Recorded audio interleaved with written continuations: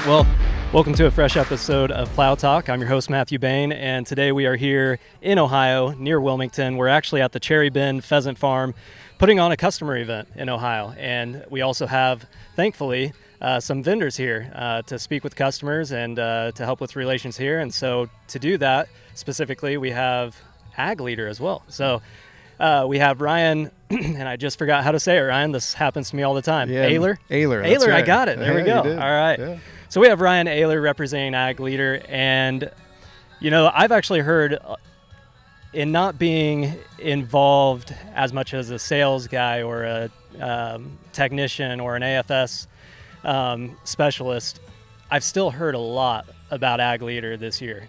There's a lot going on, supply chain issues, all that stuff. We'll get into that. But I'd love to start out with, you know, how did you get to Ag Leader, and we'll go from there. Yeah. So me personally, how did I? Yeah. How did you end up here? What's your background? Or have a background in ag? Yeah. So I grew up on a farm in Northeast Indiana, the Fort Wayne area, and actually the last couple of years of my high school time, working at home and helping Dad, he purchased an Ag Leader Yield Monitor 2000, which was the first generation yield monitor that was ever made. Yeah. And he early kind of, adopter. he handed me the box and said, you know, here you go, get it installed, figure it out, and then come teach me how to work it. That's great. And I enjoyed that process. And then I went to Purdue and kind of geared my education towards that. And at that point, it was, you know, late 90s, early 2000s, and precision farming was pretty new. The professor I was working with there pretty much asked me to help him teach some of the classes that I was participating in, because there was just nothing known about it. Became a TA pretty quickly. Kind of, yeah. And so then I got connected with a different professor there that connected me up with some Ag Leader folks. And after I graduated, I went to work for an independent rep and then eventually Ag Leader directly. And I've been doing that my whole career. So great. So we got a Boilermaker over here in Buckeye country. That's right. Yeah. I say that softly over here. So. Hey, I went to Purdue as well. Didn't graduate, but you know, went. Yeah. So you really started heavy then, all the way back in 2000 when all this stuff was even getting underway to begin with. So you've really seen this industry develop in a way that a lot of people maybe haven't had, you know, a sight into, a vision into. What's that been like, seeing this progress? Yeah, we had no color touchscreen displays at all when I started. No iPads, you mean? Yeah, correct. No iPad lookalikes, nothing. It was all monochrome, hard button type stuff. And, you know, light bars were new on the scene. Auto steer was few and far between. And, we saw the auto steer wave in the early 2000s and got into a lot of machine control type stuff after that, you know, auto swath and planner controls and some of the high accuracy row by row stuff that we see today. Kind of went through that phase, and now what is the next phase? Yeah, Who knows? exactly, which I'm going to ask you, by the way, I imagine you might, yeah. So give me a little bit about Ag Leader here. Let's hear, what is Ag Leader about? Why does Ag Leader exist? Yeah, so Ag Leader was started by a man named Al Myers, and he was working as a hydraulic engineer for Sauer Sundstrand, and he thought he could do something better. He grew up on a farm in Illinois and started tinkering with the idea of a yield monitor, worked out of his garage, and eventually started the company in '92. And he still is the sole owner of it today. He has a son that's kind of taken over the business, but great. He is motivated by seeing people come into the business and innovate, and he enjoys seeing people, you know, being provided by through the company. And he's been, you know, many companies have tried to buy Ag Leader out, and he just has no interest in selling. And is that because he cares about, you know, taking care of the customer and all of that? He's just so into, you know, being able to serve the customer, or what's the? Yeah, he's integrity is a very good word that describes him. He is not chasing money. He's not chasing fame or wealth of anything like that. That's a dangerous man. Yeah. He does have a couple of Mustangs that he likes to drive as his hobby, Nice. but beyond that, he's very content, and Yeah. all the money that's made goes reinvested back into the company. And but yeah, he enjoys giving young people an opportunity to. And precision farming is a great opportunity for young people in agriculture, where that's not always the case in agriculture. Yeah. And so he enjoys giving that opportunity, and he likes the innovation, and so yeah, That's it's come great. a long way. Sounds like he's a people guy. Not really. No? Really? He's very much an engineer.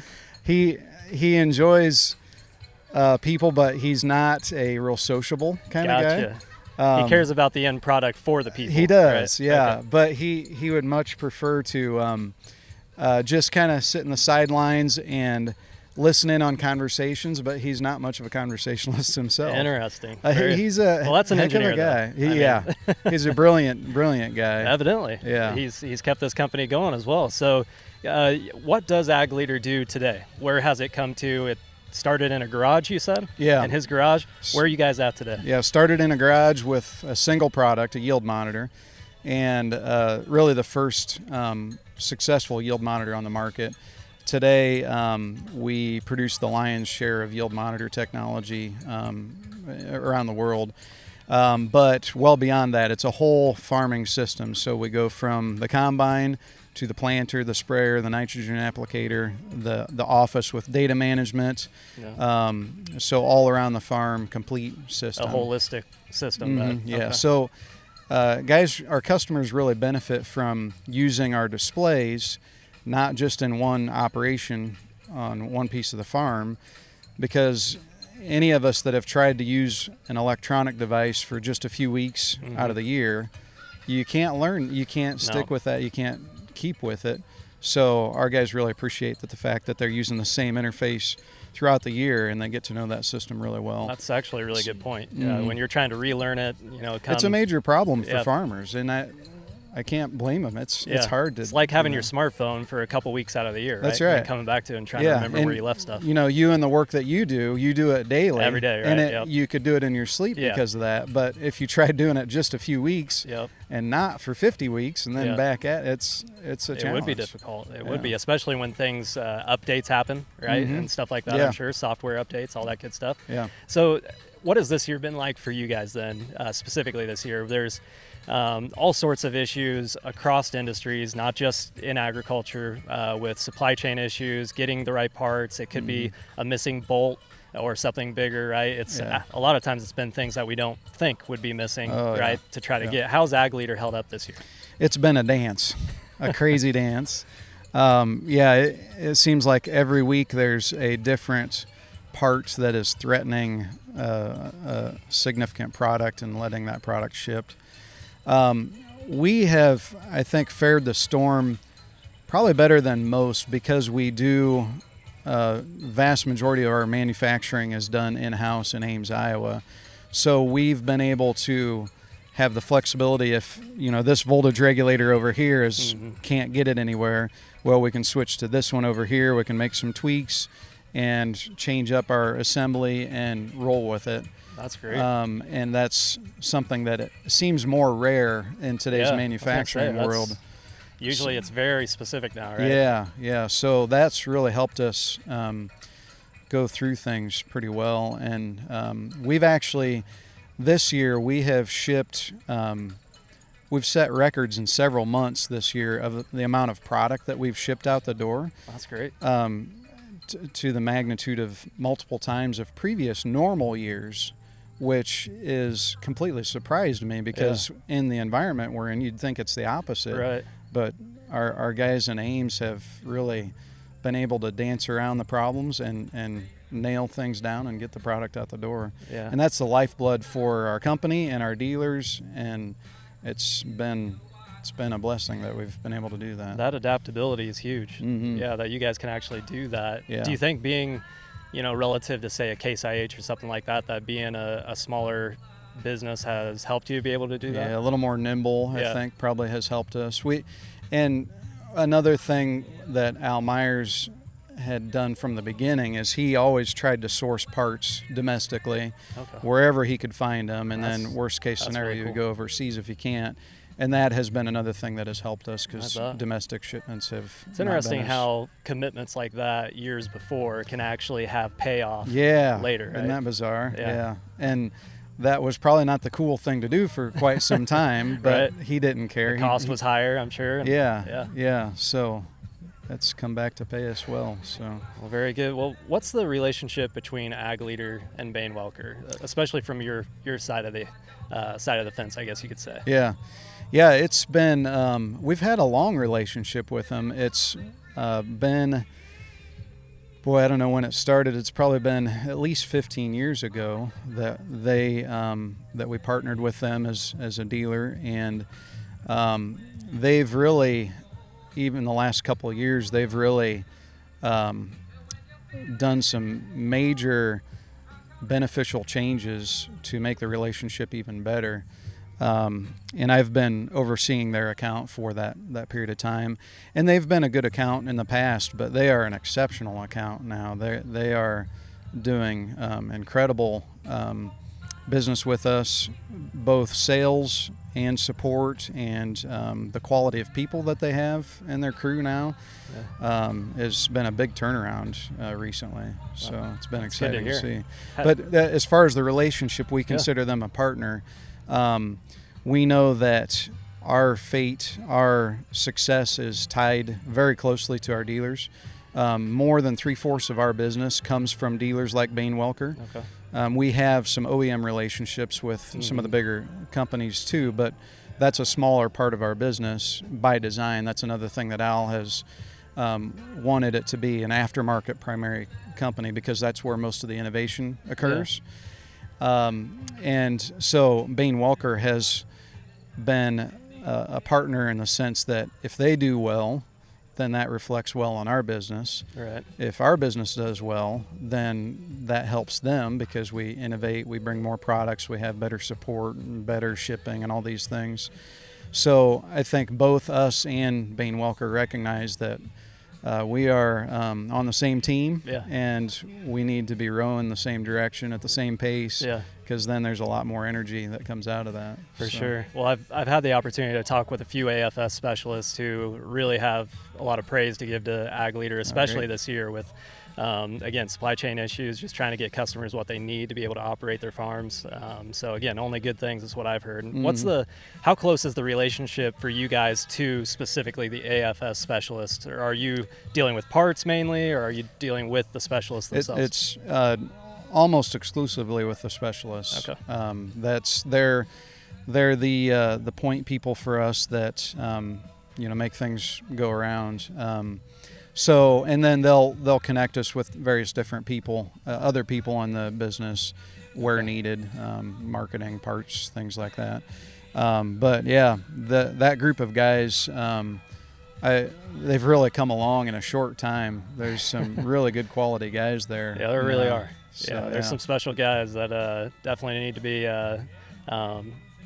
highly valued. They already are, but continue to highly value them because they're putting in the hours for sure. They are. They've done such a big change that they're now we're considering them for our elite status dealership, which we call Blue Delta. Okay, awesome. And this is something that they've been pursuing for quite a while, but we've had to tell them no a number of years in a row because of things that needed addressed to maintain the expectations that we have with that level of dealer.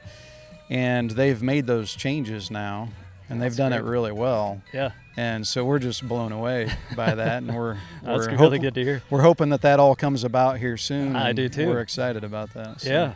Well, speaking of future things, what do you think about the future of GPS, precision agriculture, specifically Ag Leader? Where do you think the future is going with agriculture and all this technology? Yeah, it's an interesting world for sure. All of the events that we've had in the last couple of years, and it seems like things are changing. China is threatening in a number of different ways, and they're, looking at demographics of different nations and aging populations, Yep. and it's just like things are just getting turned upside down in a lot of different Yep. ways. The one thing, though, is we know that we all need food, and we Yes. need it pretty much daily, and so that's a great Some of thing us about more than agriculture. one time a day. That's Yeah. right, yeah. Multiple courses in Yeah. a meal, yes. So, yeah, it's interesting where things are going. The efficiencies that we've been able to gain over the years in our new sprayer control system. It's called Right Spot, and it's a nozzle by nozzle control system, and we're seeing 5 to 10% efficiency gains with that, going from like a boom section machine that's got 5 to 10 boom sections, and each of those maybe 10 to 20 foot wide, and now you're going down to each nozzle, and just the efficiency that you gain in that little bit there is 5 to 10% is that's pretty significant. Yeah, it is. Especially with the cost of It's kind of inputs. like thinking in terms of mile per hour with the tractors, right? When you tell somebody that's not in agriculture that a Steiger now can go 12 mile an hour or whatever it is, they'd be like, 12 mile an hour, Yeah. like that's not very fast, right? No. But if you tell a guy from 50 years ago farming, right, it's a big deal to have that 6-7 mile per hour difference or however much, So in agriculture, it is kind of those little adjustments, right? Yeah, Make correct. a big difference. And it, the gains that have been made in the last 10 to 20 years, and it just seems to continue. And, things like operator fatigue and making systems easier to use. I think about smartphone technology, and everybody's landed on this glass brick design type of thing. Right. And That guy right there. Yeah. And you don't think that things have progressed much, but if you think about how easy or automated or whatever the case is on a phone compared to just a few years ago, and how beneficial that is to the user. And with farming and farmers, where we talked about they only use it a few weeks out of the year, the reliability, the ease of use, the automation that you can add into that is such a huge thing. Yeah. When there's so much stress in a cab and long hours, and it just makes a world of difference. Little things that you can do make a really big difference. I've heard that on the side of farmers that talked with on the podcast of the difference in productivity, and also, like you were just saying, like they're not exhausted to the same extent, at least by the end of the day. If they're running all night or whatever it may be, it's really saving them a lot. And then that in turn saves user error, right? Operator error. Could save you some downtime in the field big time. Because when we get tired, we tend to make decisions not so well. Like, I can go through that. And there's a lot of decisions in farming, and when we start to get clouded and make poor decisions, not only can it be a safety thing, it can be a lot of money too. And so, reliability is something that we really spend a lot of time on, because we see the frustration not only with our dealers but with customers on when something, even it's got all sorts of fancy technology to it, but then when it's go time it doesn't work. And there's zero tolerance for that. And you can get thrown out of a cab in a hurry if you're not reliable and performing, and it just works kind of thing. So that's something that we've spent a lot of time on. We have most of our engineering staff comes from farms and still is involved with farms today, and so their main test person is their own father. If he can't get along with it and make it work well, then something's not right about that. And their own dad's going to be willing to kick him in the rear pretty quickly, right? right? He doesn't hold anything back. No. So that's actually really cool that you guys have then your engineers have that background. I think of back in the day, IH had I forget where it was, in Illinois, was it? Their huge engineering center with 1,000 engineers in there, and I wonder how many of them had the background, whereas you guys obviously have that and they understand it. And they're out in the middle of Iowa where there's not much other than farming. What else are you doing, right? You're either wrestling, playing football, or or farming. Iowa State is right there. Well, kind of a last question as we wind down here. Why why have you done this? Why do you keep to working with Ag Leader? Why do you have a passion for it if you do? Mm-hmm. What keeps you going? The number one thing that motivates me is helping people, and I got that really early in working with this, because a farmer would have a problem with technology, and there weren't many people that could answer those questions or help them fix it. Yeah. And I just always found it rewarding to help a person like that. Mm-hmm. And I think you see that same attribute in a lot of people that work in this business, where they just get this thrill out of getting a guy going again. Oh, yeah. And that farmer is a lot of times very helpless and very needy in that situation, and they're so grateful when you fix their problems. And there's just this, helping your neighbor kind of feeling that you get out of that. Yeah. And that's been the number one thing that's driven me. Other things I enjoy about this is you get a nice mix of getting, turning wrenches and, banging your knuckles and,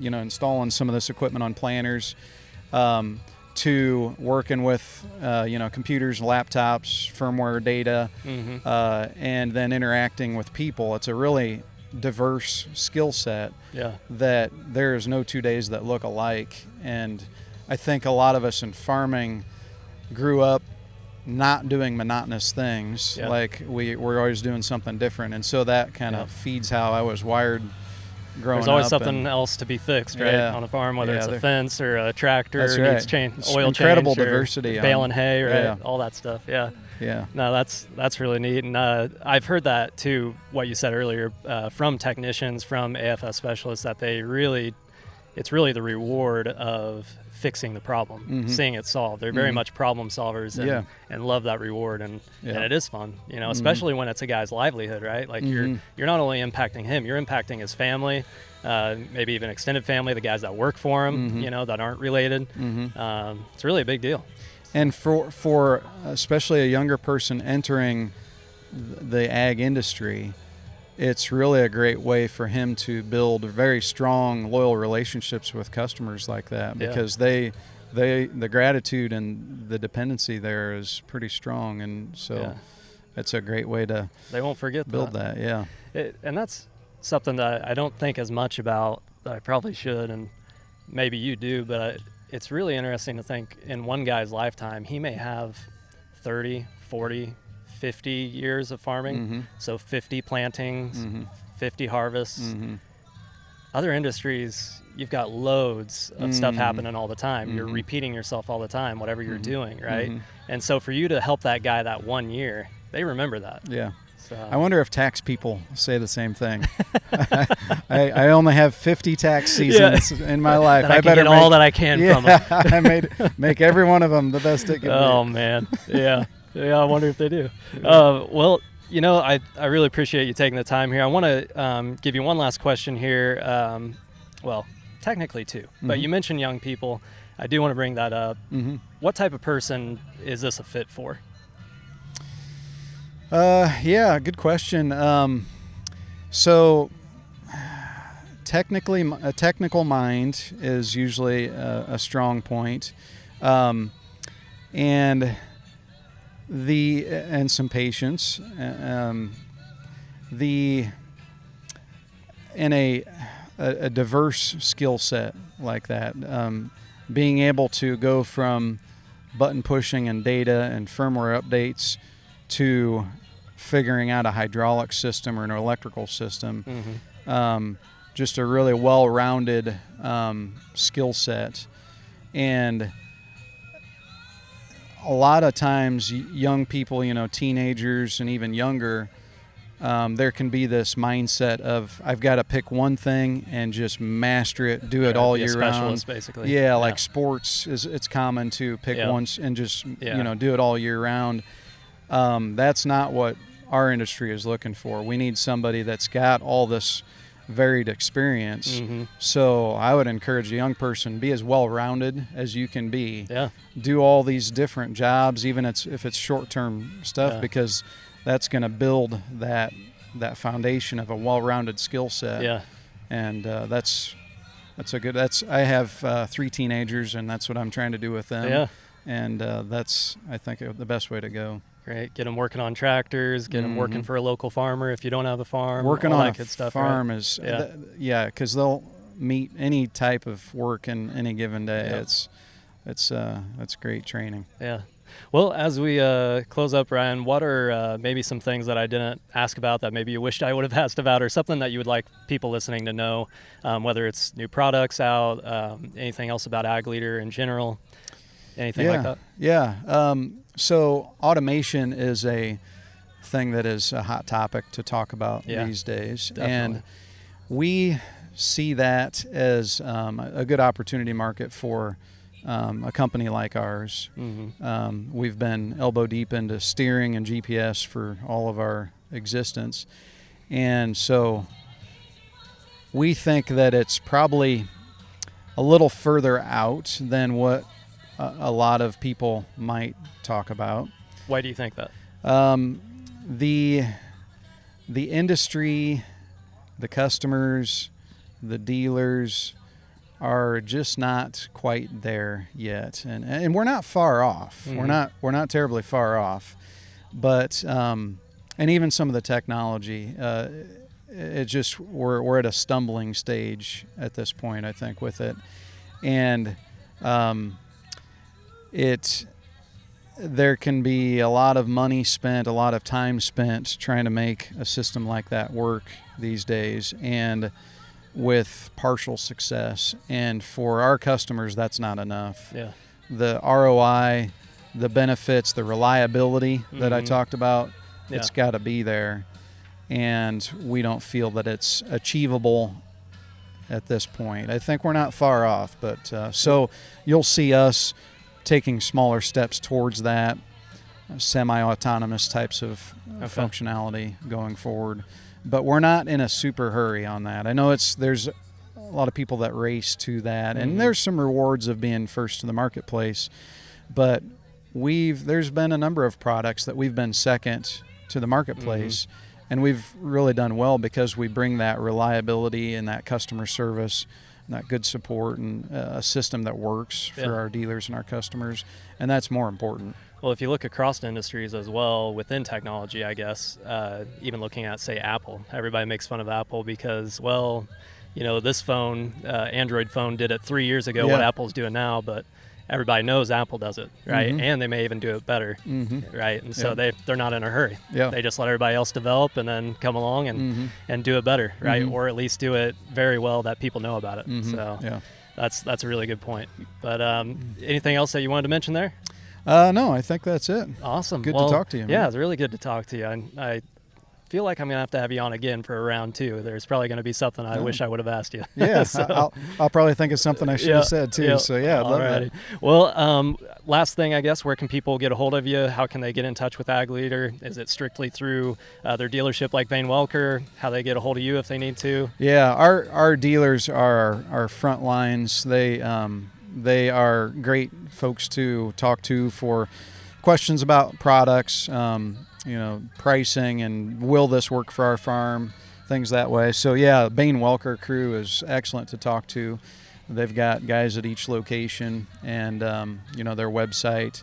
They're pretty active on social media and such that way. So yeah, they're a great first step for us. And then as far as our company, it's agleader.com. And then we're on social media. We try to hit most of the major farm shows, so we have a booth there that guys can come talk to us in person. Great. We have free tech support for our customers, which is kind of unusual. So calling the phone number there at 515-735-7000 is a good way to get a hold of us for support, or just sales questions and such too. But again, the dealer's the best first stop, and then we kind of back up the dealer in that way. So great.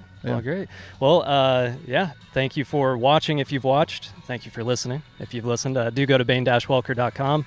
As Ryan was saying, we've got a website with all sorts of information on it. You can check out, for instance, a location near yourself and find the phone number, find the address, come in, give us a call. We'd love to serve you however we can.